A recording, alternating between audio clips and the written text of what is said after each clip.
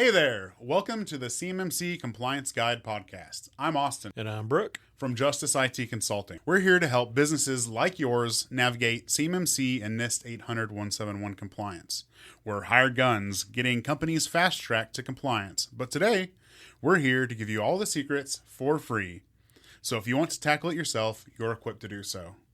Let's dive into today's episode and keep your business on track. Today's episode is your plain English breakdown of what those 110 controls in NIST 800-171 actually mean and how to stop being overwhelmed by them. Before we dive into control families, Brooke, can you give us the short version of what NIST 800-171 is and why it even matters to our audience? Sure.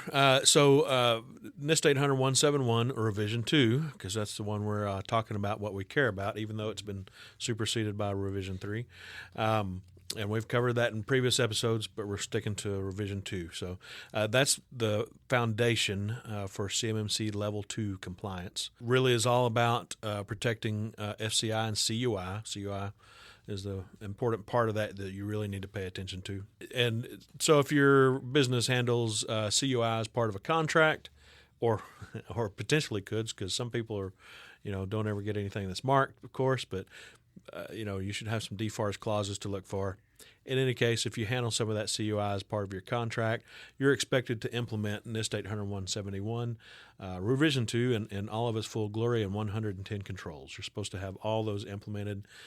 By this point, the government says you've had plenty of time, and we just expect for all the cost to implement those to already be implemented. So they've got a contract, says they have to do it, and that's why it matters.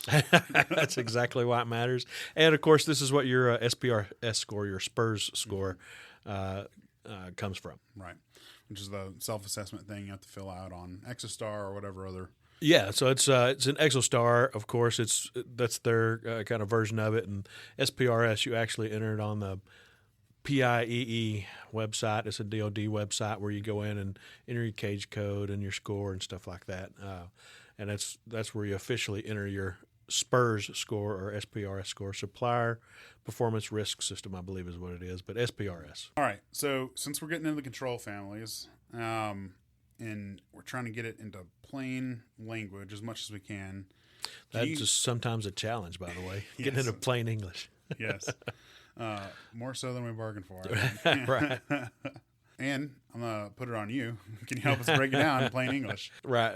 Maybe Brooke English, or otherwise, maybe a little bit of Texan or something like that. But yes, we'll break it down into as much plain English as we can. More understandable than the government does. Hopefully. We're yes. trying to, at least. Hopefully. These controls and the families, they're basically the federal government wants you to have as operational habits, right? That are supposed to reduce your risk in handling their information. And for small contractors, it's about implementation that fits into your workflow without overwhelming the team. Can you start with access control and try and break that down in plain English for us? Sure. We'll start alphabetically Sure. because that's how NIST does it. Access control really is, who can access what, and all the other details that go along with it. You're looking at, role-based permissions. You're looking at individuals, not groups. You can't say shop is accessing this, or the engineering team is accessing this. It has to be Joe or Bob or Sally or George or whoever. You have to know who is accessing that information. So it has to be individualized accounts. It cannot be shared accounts. You can't just have one drive that is open to everybody. Mm-hmm. Even if you say this is all CUI, you really need to have it divided up, and Joe can access this, Sally can access that. They can't access what each other needs to, unless there's a good business reason for them to do so. But just because it's easier to say, here's all of it, is not a good reason to do that. You have access control for a reason. You need to control that access and make sure people have access to only what is needed to perform their job. And I think it's a couple intentions there is you get to see who accessed when, when, right? Mm-hmm.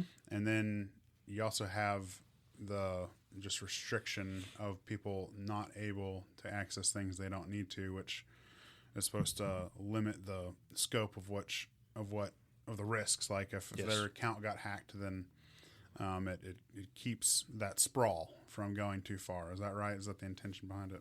It does, yes. Yeah. If their account gets hacked and they can only get access to part of it, you got to remember that this really is because, and we'll pick on China because they're easy to pick on, but this is really because if you go look, at the Humvee or the Joint Strike Fighter or several other things, China has some stuff that impressively look like a lot like our Humvee and a lot like our Joint Strike Fighter, stuff like that. And it wasn't just by chance, is because they broke in and stole all this stuff. So the government is saying, look, no more. We're going to protect our war fighters. We're going to protect our advantage, and we're going to do that by protecting this data. And it really all boils down to that's the government's data, and we need to keep our advantage everywhere we can, and that also does protect the warfighter. So that's really why they're doing this. I'll get off my soapbox there, but that's why they're doing this. Access control is very important. Only, think about least privilege. Right? Least privilege means that you only have the access that you need to complete your job. You don't have any more. In other words, you don't want your shop people accessing all the HR files, right? So you wouldn't want Joe seeing that Sally makes 8 times what he makes, or whatever it may be. And a lot of people will control that. But then when it comes to CUI, it's just like, well, that's all CUI, or it's all, and actually more than that, a lot of the times the thought is, well, it comes from our vendor, and everybody needs access to it. Well, they don't really need access to every bit of it. Some of it's contract information, some of it is part information, some of it, so you can divide up that access to only who needs access to those specific parts. Is it a pain sometimes? I'll admit it's a pain, but you do need to divide that up and figure out what the least amount of access is that you can give. It also goes to admin privileges for configuring the system as well. Do you want your local users to be able to install their old programs? Well, you may want to, but the correct answer is no. You don't want your users to be able to install programs and admin their own system. It's a simple one. They should not be local admins, for instance. It's coming from Uncle Sam, not from us. So, right? Yes. Yeah. Sorry to spend so much time on this one, but this is a popular one.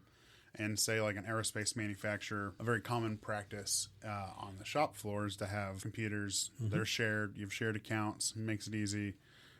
They'll grab a program or enter a job code or something, whatever they need to do, and then travel their machine, do their thing. They can't use shared accounts anymore, you're saying. Right. How would they handle that? There are several ways to handle that, but you really need to have individualized accounts for several reasons, but for compliance, you have to have it for to access CUI. So you can argue what is CUI and what is not CUI. Or seeing, I can't remember what they call the data points, but the instructions for the CNC machines, they're just, basically G-code or whatever. Yeah, they're basically just instructions on what to do, and the points where they go do that, the machine goes to do that. Is that really CUI? We can argue that point, but if you have to argue the point and you have to bend over backwards to figure out that you don't think it's CUI, then is an assessor going to agree with that? So I would have a tendency to err on the side that says yes, go ahead and treat it like CUI. Yes, that does throw a monkey wrench into things because you want to have shared accounts, and all that kind of fun stuff. Then you got to protect that data. Those machines don't necessarily. There's a whole can of worms there, but. The point is, you really should access any of that data with an individualized account, no shared accounts, and you should, as much as possible, just get those shared accounts out of your system altogether. It's never, even outside of CUI and CMMC compliance, it's really not a good idea to have shared accounts anyway.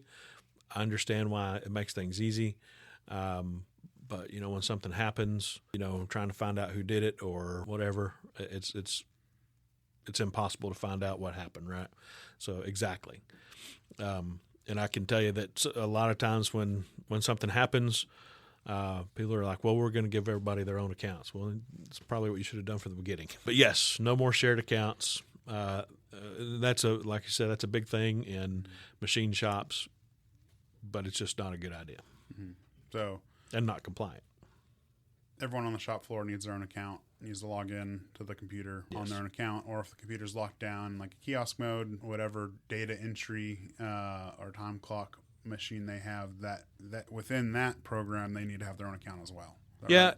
if it doesn't have anything to do with CUI, it's just now if you clock in to a certain job, want to know the individual that's clocking in and doing the work. So maybe it depends on where you're authenticating, right, and what you're authenticating with. But at some point, you need those individualized permissions. And if you're logging in to clock in to a job, that job is going to have a job number. It may have other some CUI associated with it.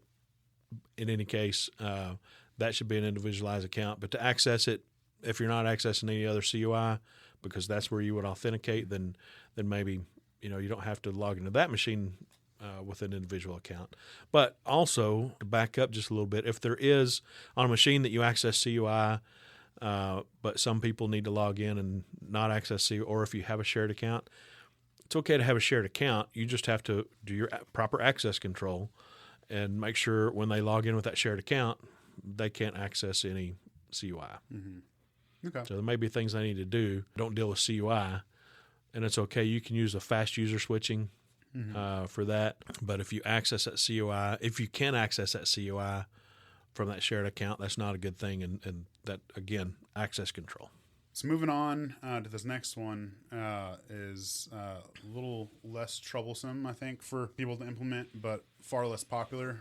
Or maybe it's not less popular in access control, but it's certainly not one of the more popular ones, which is awareness and training. Can you break that down?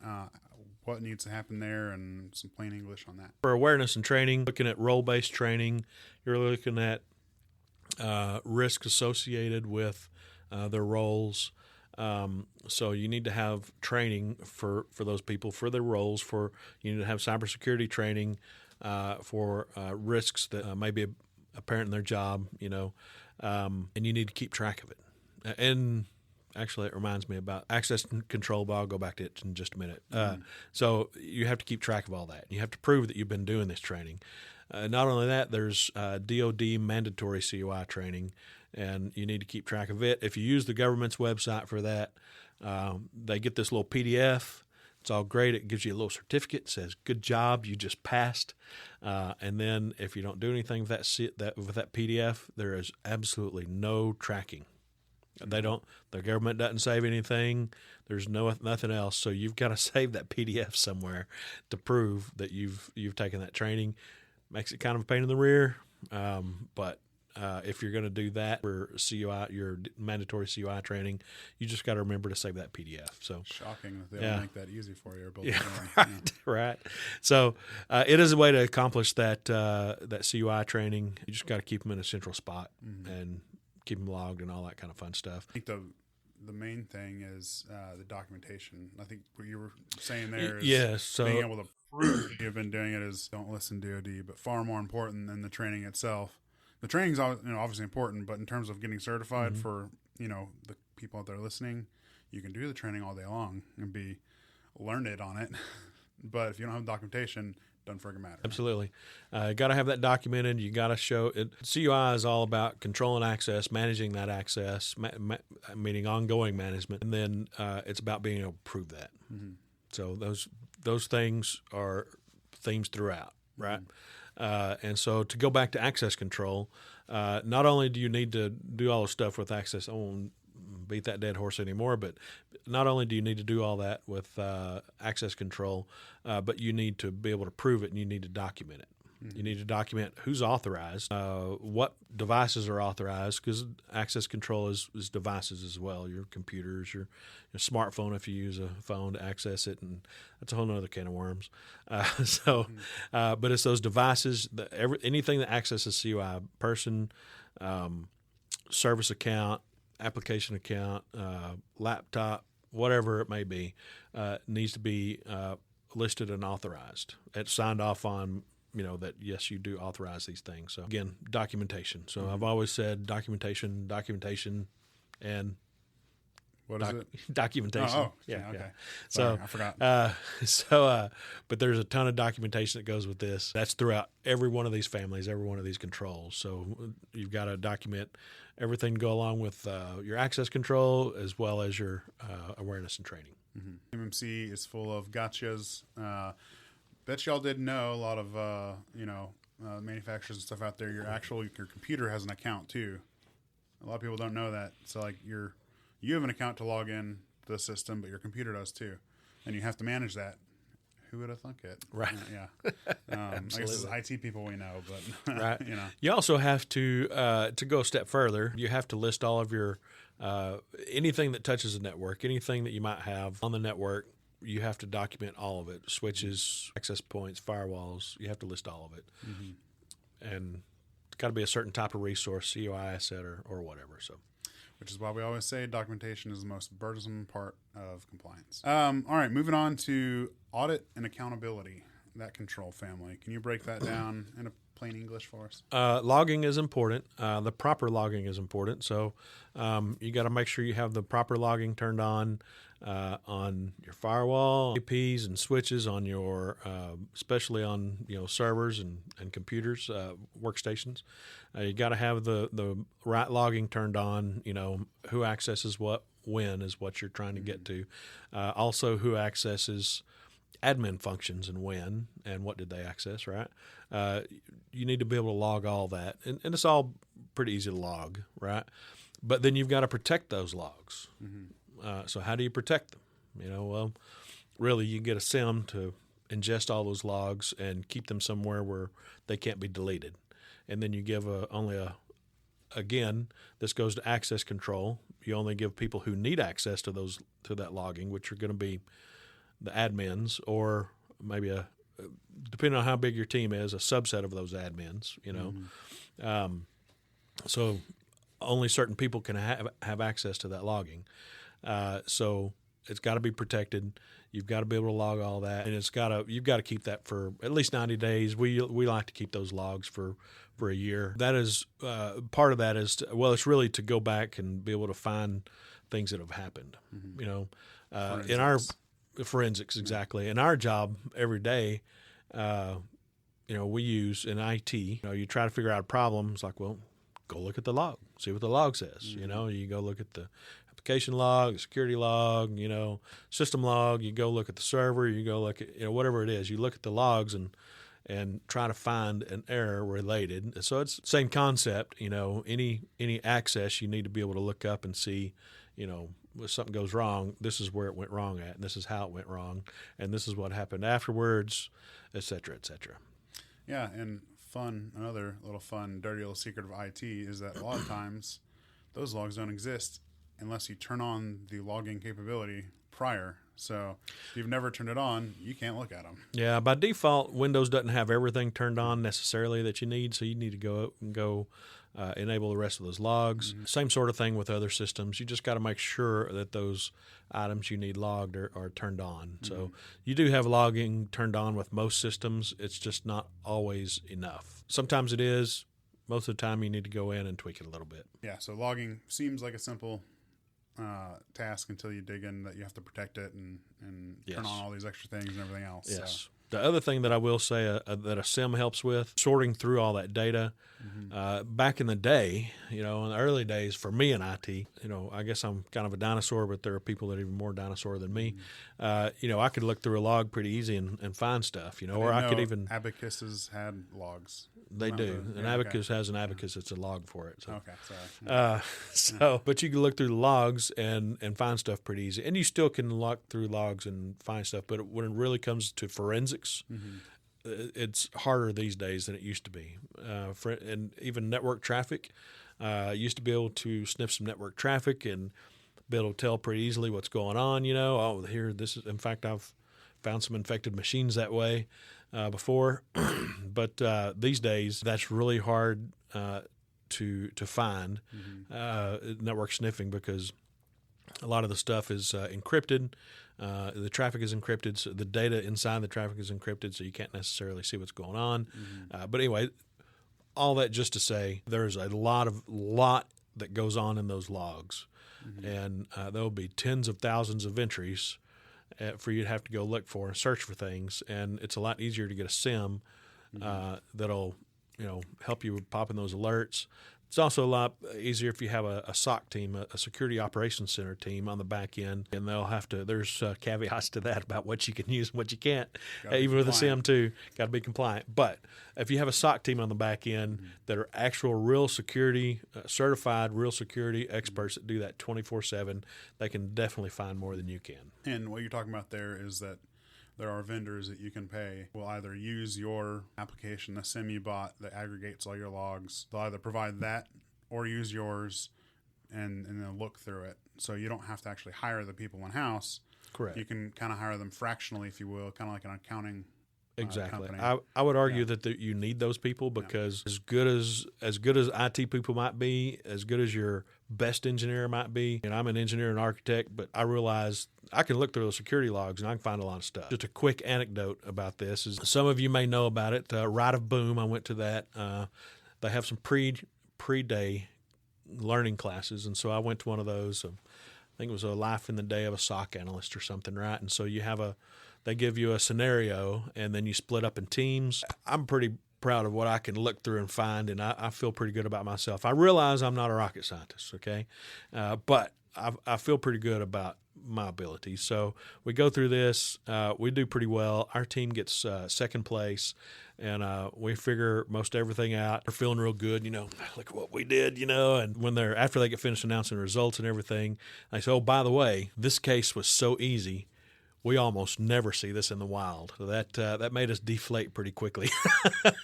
But the things are a lot more obfuscated than a lot of people give it credit for. So when something really goes wrong, it's obfuscated, hard to tell, hard to see.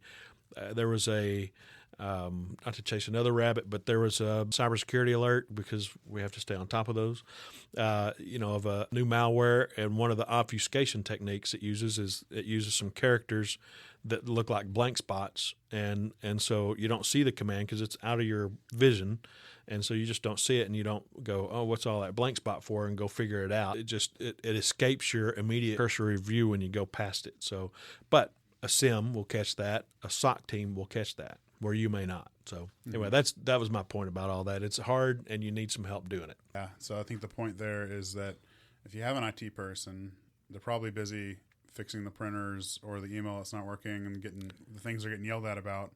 And if you have your quality person that you call your IT person, they're probably even busier because they're doing two jobs. The last thing they're going to do is look at the logs. Not only that, but you probably assign both of those, the IT person and the quality person, you probably assign them the the job of making sure you're compliant with CMMC. So they're busy with that, and they're not going to be able to look through those logs. Yeah. They have even less time to do that because they're trying to make sure you're compliant. Yeah, and that's assuming you haven't given them a drinking problem because all the problems. That's true. Yeah. All right. So moving on. To configuration management. Can you demystify that one for us?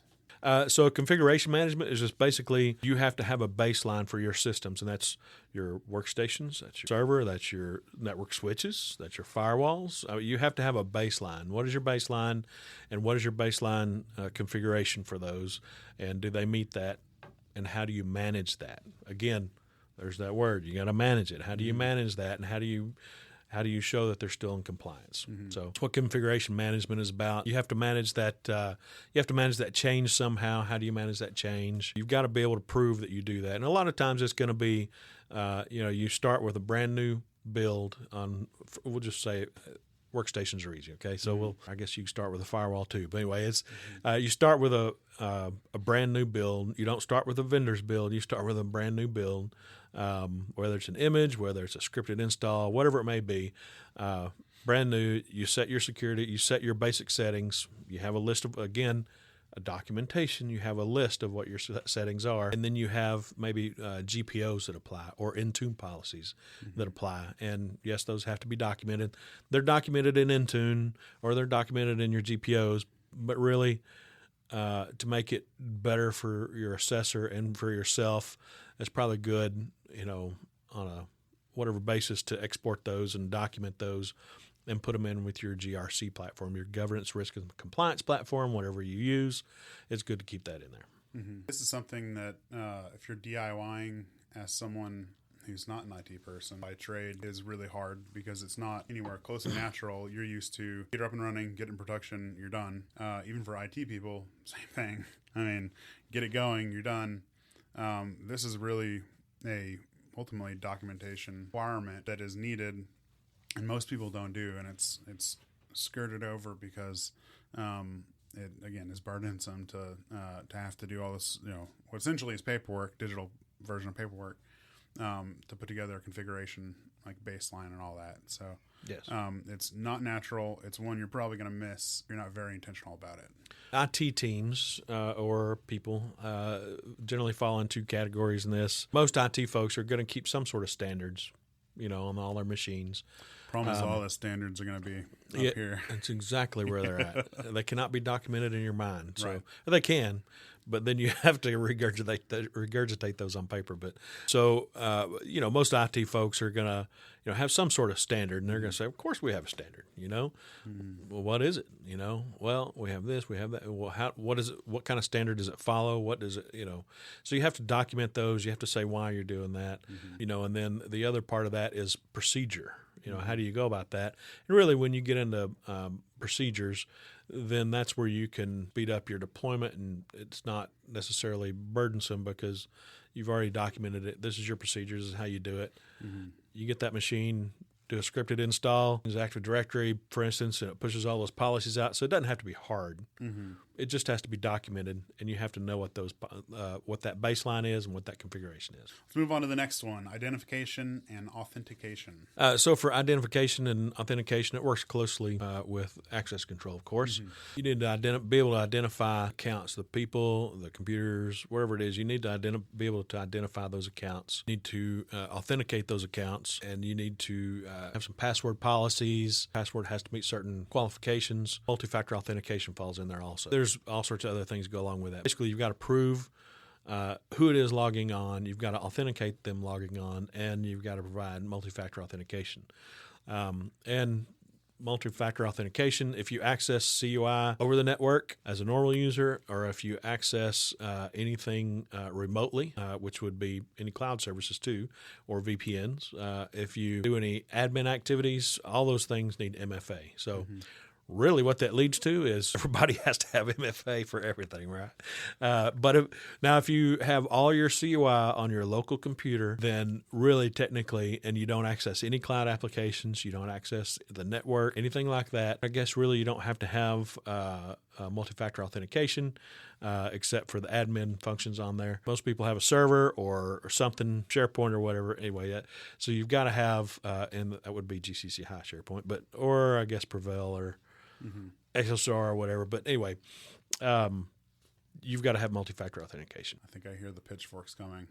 Yes. Everyone hates multi-factor authentication. And you're saying that I have a server and I'm my shop and my drawing is on the server and I access it from my computer. I have to use multi-factor authentication to get that drawing? Yes. Now, there's arguments about that. Where do you feel the assessors fall on that argument? Well, there's argument between assessors too. Yeah. So, but I think mostly assessors are going to fall on the fact that it's over the network and you really need to have multi-factor authentication. But I have had assessors say, I'm like, hey, I've got it. It's just on the server. It's on the local network. Not remote. It's not on a separate subnet. It's on that network. That's really not what it says, But the assessor is like, well, if you have it in all the other instances here, and then I would pass you. I would be careful with that. And multi-factor authentication, it's not hard to implement. It's not expensive to implement. The other caveat or the other note I might put on this is that Windows Hello can meet that multi-factor authentication. There's a couple of caveats to that you want to make sure you meet, but Windows Hello can meet that. Multi-factor authentication for you. Microsoft is helping you for once. Is that? I wouldn't necessarily go that far. No, okay. Because they make it very confusing. Too far. Yeah. The reason I say it's confusing is if you're looking at, can you use Windows Hello, look at Windows Hello for Business. So there's different things, and then there's, what else do they do that with? Surface for Business. They have different things. Everything, pretty much. And then something for business. OneDrive for business, OneDrive personal, So anyway, but Windows Hello for Business is what you'd want to look for and look up the caveats. So you're saying when you Google it, type in Windows Hello for Business, not Windows Hello.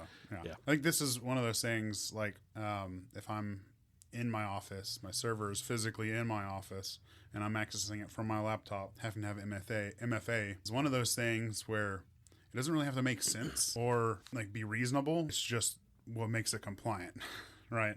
So like whether you agree with it or not, and whether there's justification for that being the case, one of those things that doesn't matter because compliance is a compliance. It's not necessarily the same as what makes sense and what's secure. And again, depends on what the assessor decides and where they fall. So next is incident response.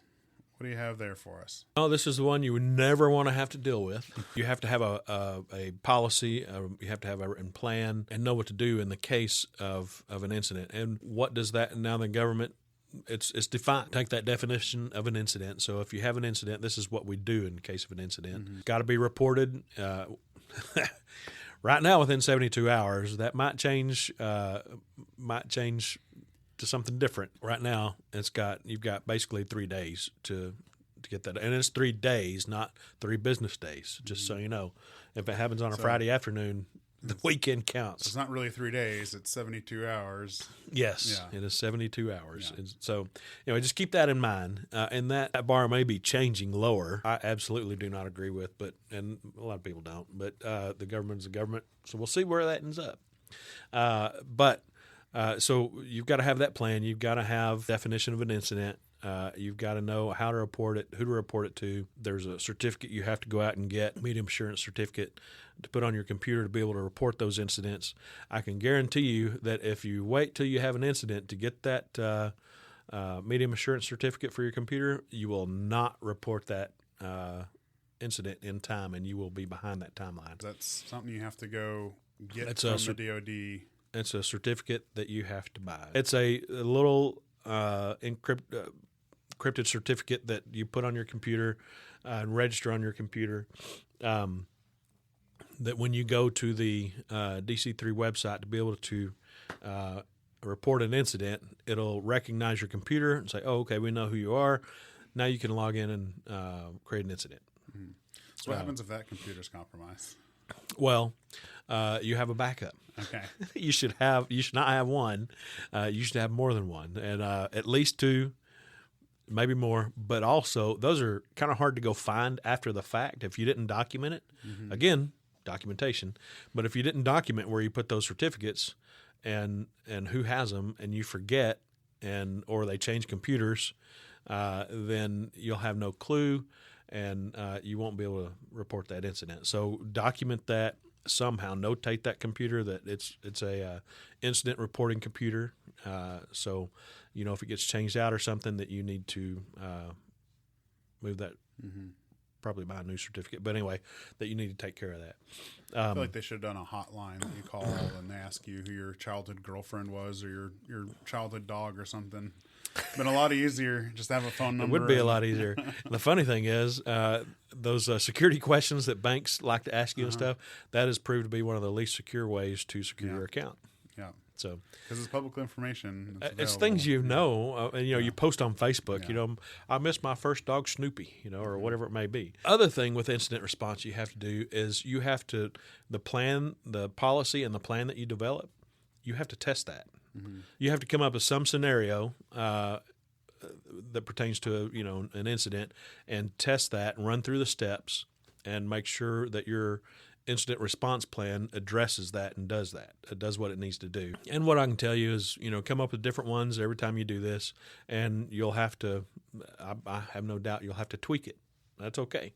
Tweak it and, make sure you document and save your your latest version. So, and again, if you have a GRC platform, that's where the latest version, the live version, will reside. Yeah, it's also understated that if you actually do have a incident, like forget all the DoD and compliance stuff.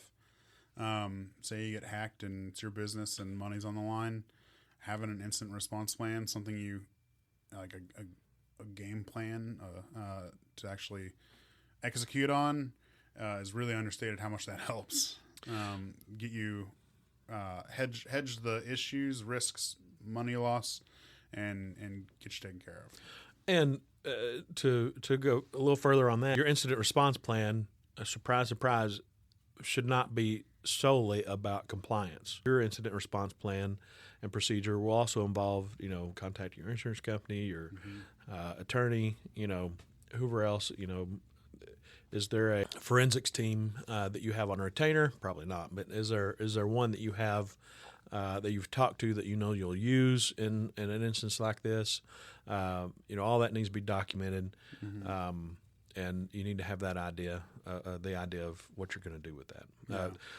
Just another quick anecdote. An incident is also described as a potential incident, right? I'll just use an email incident because it's happened before. We had a client a while back that great client. We love him to death.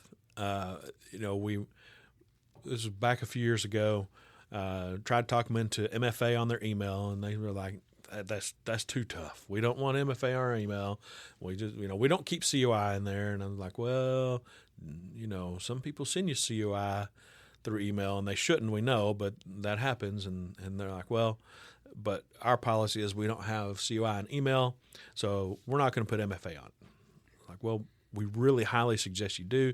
Anyway, long story short, they didn't want to do it. There was a some credentials out on the dark web, and from one of the employees, and they got logged into their account. They created a forwarding rule, and of course, we got notified immediately, right? And so, really, in the end, this hacker was I say in hacker in quotes. I guess it's not in quotes if they actually got into their account. And anyway, but they got into their account. They created a rule that would divert all the replies to that fake invoice into a certain folder. They created rules to hide their tracks and then forward all the fake invoices, the replies and whatnot, to their own email address, which they I can't remember on this particular one where they created a similar domain, but that's a common tactic. All this fun stuff. And we got alerted. We called him and said, hey, Billy Bob, Billy Bob was not really his name, just so you know. No. Hey, Billy Bob, hey, there's some weird activity going on your account. Did you create a forwarding rule, to do this? No, I didn't do that. And hey, I'm getting some calls, that I have had somebody call me and say I sent them an invoice and I didn't send anything out. We're like, oh, all hands on deck, So we found what was going on. We bumped that person out, that hacker out. Like I said, he only had access for like 15 minutes, but that's an incident. Mm-hmm. And so, we said, look, this needs to be reported, this, that, and the other. And before they could get to the point of where they reported it, one of the prime contractors they worked with reported it. And then they were this close to losing their contract, and we had to jump through so many hoops to prove that we had going on, that we had everything secure, all that. So we had to jump through a lot of hoops. Even though everything ended up okay, we had to jump through a lot of hoops, spend a lot of time, a lot of documentation, a lot of proof, and a reputation hit for our client. We had to go through all that with them and help them out. What I can tell you is immediately after that happened, I said, hey, how about implementing MFA? And they said, now, let's do it now. So that helped push that forward. Also helped push forward some other things we wanted to do. But that is just a quick anecdote. It may not be only your choice, because if something like that happens, an incident just isn't somebody hacking into your computer and accessing that COI. It may be somebody accessing your email, which is a cloud platform, and sending out a fake invoice, or the other fear is, of course, accessing COI that's somewhere on your Microsoft 365 platform, SharePoint, OneDrive, something like that. So anyway, it's not always your choice whether you think it's an incident or not. Look at the definition of an incident, and if it's an incident or potential incident, then it needs to be reported. So It's scary, but if you take care of business, you'll be fine. Yeah. They've built the framework to expect incidents. So if you handle them correctly, then you don't have to necessarily be scared of them. It's whenever you mishandle them that Yes. you have negative consequences. Maintenance is up next. What do you have on that one? There's a few areas, but you want to be able to show that you perform maintenance on your systems, patching updates, stuff like that. Again, what I say, you want to be able to prove that. So you want to do it, of course, but you want to be able to prove it. And that's through, for us, that would be through tickets that are open. That would be through, our policies and plans and authorizations, stuff like that. But it's also on systems that you allow people to come in and work on. They come in, they sign in, you have your copier folks come in, they need to do work on the copier. They come in and do that work. Do you shadow them? What do you do? The correct answer is yes, you escort them. And anything that they need to plug in is verified first, all that kind of fun stuff. But you need to perform maintenance, and you need to make sure that all the tools that you use to perform maintenance are vetted. Mm-hmm. And you have to prove all that. It has to be documented. Next is media protection. For media protection, that's electronic media and physical media. Okay, so for electronic media, anywhere that CUI resides has to be encrypted. Mm-hmm. So it has to be encrypted at rest, which is on a hard disk resting somewhere, or a USB stick. Anything wherever it's at rest at, it needs to be encrypted. But it also needs to be encrypted in transit. Mm-hmm. So wherever it goes to and from, it needs to be encrypted. And the next leg to that is if it's CUI and it's encrypted, it really needs to be FIPS 140-2 or 3 validated encryption, not compliant. I go round and round with vendors with this all the time.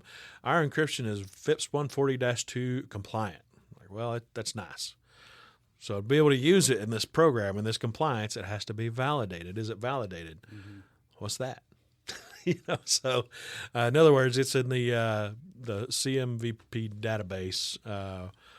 You can go look it up, and it's got a module that has been validated, and you have to, again, document that module that you use for encryption, or that the program uses for encryption. Like Windows. Windows is there. That's another story. Windows 11, Windows 10 and Windows 11. That's a whole nother story. We won't go there. Windows 2009, 2019, 2016, they're in the CMVP database. So, but it's got to be encrypted. Now, as far as physical media goes, it's got to be protected as well. I know a lot of manufacturers have travelers that they use. They print some CUI out, or whatever it may be, whatever the CUI may be. They print it out, and they carry it to the station. They do their work, and they go put it back up. So it's got to be protected. If it's out somewhere and you're using it, and it's okay. You've got to be able to see it, right? But if you walk away, you're supposed to cover it up, and to where nobody else can see it. So, which only makes sense, but you should cover it up. When you're not using it, when you're finished with it, it needs to go in a secured place, which usually means a locked room or a locked filing cabinet. That's usually what that means. So you got to make sure that is secured. You got to make sure that only the people who can access it can access it. Mm-hmm. So what do, for example, most machine shops have USB sticks. They go stick in a machine, stick in a computer, How do you handle that if you have to encrypt it? Well, there's several different ways to work with encrypted USBs. Mm-hmm. You can encrypt them with BitLocker. Easy solution. Always compatible with older machines that you may need to transfer that information to. Operational asset. What we've found that works well is there's some USBs that are the USB itself is FIPS 140-2 or 3 encrypted, and it has a little keypad on it. Mm-hmm. So when you need to use it, you can plug it in, press your unencryption key, and it'll make that USB available to the operating system. It's nothing beyond that to the operating system. It's nothing special. It's not BitLocker encrypted where that operating system has to be the right version to read it. It just has to be able to read that USB. And if it can do that, then once you unencrypt it, it unlocks it, and that system can see it. That's been shown to work really well. Be forewarned, those are not cheap. So you're looking at, $150 each, something like that. But as machine shop people know, it all comes down to the aggregate time, right? So if you're fighting an encrypted USB stick or something like that, where it may be an expensive USB stick, if you're adding all the time it takes to run that job, person to walk over, fuss with the encrypted device, it might well be worth the money because you get operational efficiency out of it. You do. You get operational efficiency. You also get peace of mind knowing that that is encrypted and there's no question about it, right? It's also easier for a programmer to run not programmer, but machine operator to remember a code. You just got to tell them punch in the code and it'll work, as opposed to, hey, when I plug it in, nothing works, or when you do follow. BitLocker encryption is pretty easy, but it does have some problems trying to work with it with different versions and different older computers and specialized computers and stuff like that. So you will run into some issues with that. Or your very expensive machine you don't want to replace. Yeah. Yes, some of those machines are very expensive. The other thing I would say, again, as part of documentation, not only in your system security plan do you have to define your data locations, which is physical and electronic, but you need to have an authorized list of if you use USBs is USB and any filing cabinets or whatever you might have. So, all right, up next is personnel security. So does that mean you have to hire security guards to go around your building? Well, might not be a bad idea, especially depending on where you're located at. But what that really means is you have to do you have to screen your employees. Then you also have to do that screening every so often. You have to schedule it every so often. So all of your employees, when they're hired, or if you already have a bunch hired, you have to go conduct the screening on them so you have that. Then every so often, every however many years you say. Yeah. Is what you have to do. So you get to create the standard, but you should probably write the standard down as to where the bar is, because that really Absolutely matters. And you have to document all the stuff that you do. Right. So that'll also help you from a legal perspective. Yes, as well. So make sure you do that. So I would start with your insurance company. So if you need to do drug tests, people operating machinery, forklifts, etc., I'll probably put that one in. And obviously find some sort of criminal or whatever standard you want that is okay or not okay. Maybe getting public intoxication in college isn't a problem, but maybe a DUI is, or something. Who knows? You just got to define it, right? Right. And put it on paper. And then another one is if ITAR. So citizenship would be a good screening as well, depending on what,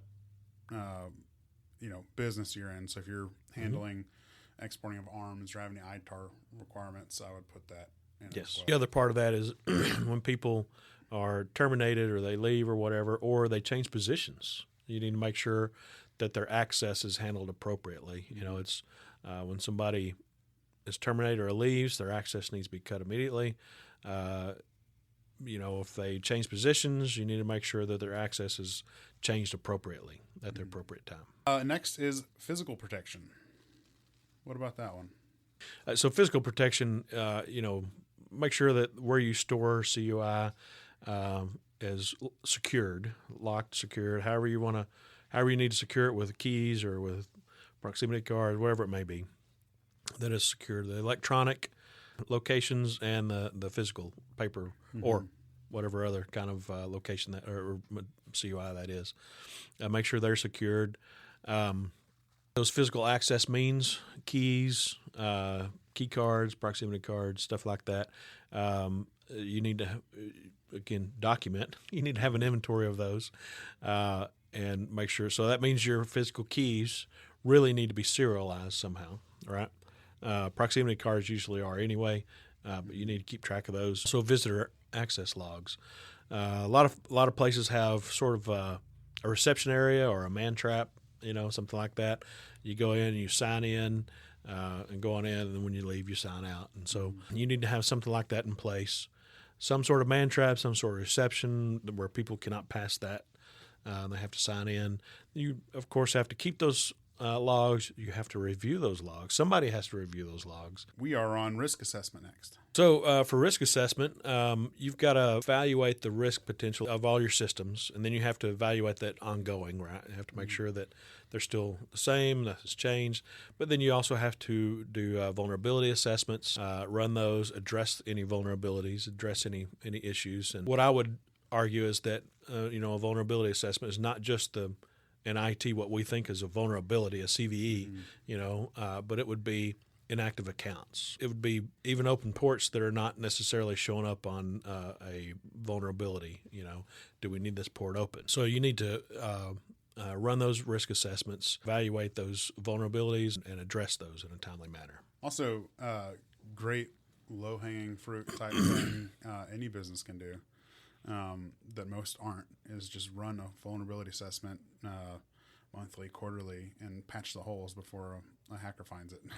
Yeah, and that's what this requires. But really, that is, like you say, that is just low hanging fruit, something easy to do, and it really needs to be done. Next up is security assessment, which is not the same as risk assessment. Right, it's not. So you've got to review all your security settings, your SSP. You've got to review all that and make sure that it's still appropriate. Well, what about this new server we put in? We didn't ever do anything with it. What about does this access control that security settings or whatever, do they still apply the same way that they did? You have to go through and review all your controls and make sure that and your policies and your plans and your procedures, make sure that everything you put in place still is appropriate. What about system and communications protection? So you have to protect your systems not only at the border, which would be your firewall, right? So you do have to do that. You have to protect things at the border. You have to make sure that CUI is encrypted anywhere it goes. And transit is a big thing we talked about a while ago. It's big here. If your CUI, for instance, if you print your CUI, this is a common one. If you print CUI, it's not encrypted. So if it goes over a wireless network, is it encrypted? Or are you transmitting that CUI to a website that uses the appropriate encryption? Those are the kind of things you have to think about with systems and communication protection. There are other things also, making sure that your normal stuff a firewall will do, like making sure that the sessions are not spoofed and stuff like that. I mean, there's all sorts of things there, but it's all your normal network level precautions you take need to be taken and documented. Of course, everything needs to be documented. How you use it. For this, you would want to have a data flow diagram. Well, for a lot of these, you want to have a data flow diagram, but it would help this as well. The next is system and information integrity. So for system and information integrity, you really want to keep all your protections up to date, your antivirus or your endpoint, whatever your endpoint protection is, whether it's MDR, EDR, whatever it may be, make sure it's up to date, make sure your systems are patched, make sure, and it's not just Windows. I mean, it's pretty common for your IT shops to, patch your Windows machines, but what about the Mac machines? What about, do you have any Linux in place? What about your firewall? What about your wireless access points? What about your switches? Mm-hmm. What about whatever other network devices there may be? Are they patched? You really want to make sure that all that is taken care of. You want to tell me that switch that we threw up in the false ceiling and then ran a cord down to the CNC machine to get it working matters? Yeah, absolutely it does. So absolutely, everything that's a point of access for someone. If a hacker happens to get in on your network, the first thing they do is some reconnaissance to figure out what's going on, and they find some, Belkin switch that's was put up in 5 years ago and nobody's touched it since. And hey, look here, I can I can get into this lickety split, and they get into that. Now they've moved laterally, and they're off of where they initially came in at, and now they're a lot harder to track. You got to keep everything updated, keep everything patched, scan for anomalies, and you got to be proactive about this, and you got to prove that you're doing it ongoing. Again, there's documentation and the management. I would say that, when you implement all of these things together, ultimately what NIST is, outside of some maybe disagreeable compliance things that we've talked about, what it does is, of course, checks the compliance box, but really just makes your business resilient against threats. It does. Absolutely. So you have to do all this compliance stuff, but the nice thing you get out of it is that you're nice and protected and feel good and sleep good at night. So, absolutely. Kind of to bring it home, what would you say out of all these controls and requirements is the most misunderstood or missed thing that people might get wrong, but they can take home and do something about? Well, it's not necessarily one control or two or three controls, but it's the and again, I sound like a broken record, but it's the documentation portion of this.